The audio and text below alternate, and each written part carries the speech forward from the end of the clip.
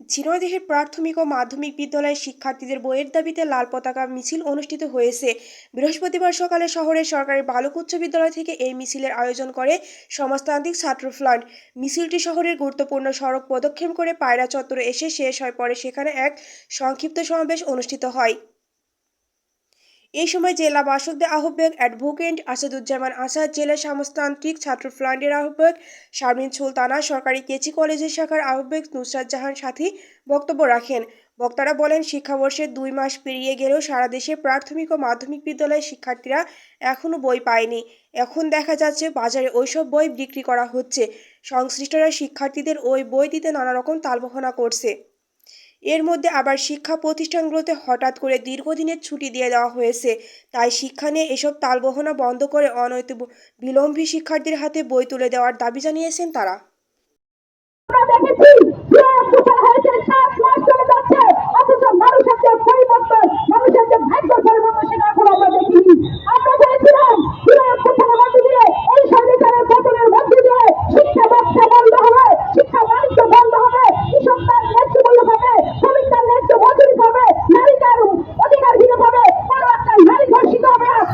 ঝিনাইদহের প্রাথমিক ও মাধ্যমিক বিদ্যালয়ের শিক্ষার্থীদের বইয়ের দাবিতে লাল পতাকা মিছিল অনুষ্ঠিত হয়েছে। বৃহস্পতিবার সকালে শহরের সরকারি বালক উচ্চ বিদ্যালয় থেকে এই মিছিলের আয়োজন করে সমাজতান্ত্রিক ছাত্র ফ্রন্ট।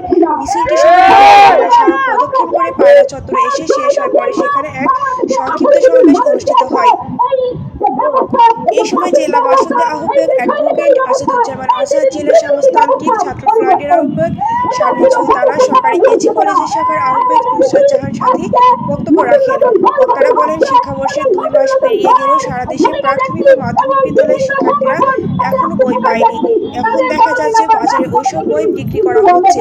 সংশ্লিষ্টরা শিক্ষার্থীদের ওই বই দিতে নানা রকম তালবাহানা করছে।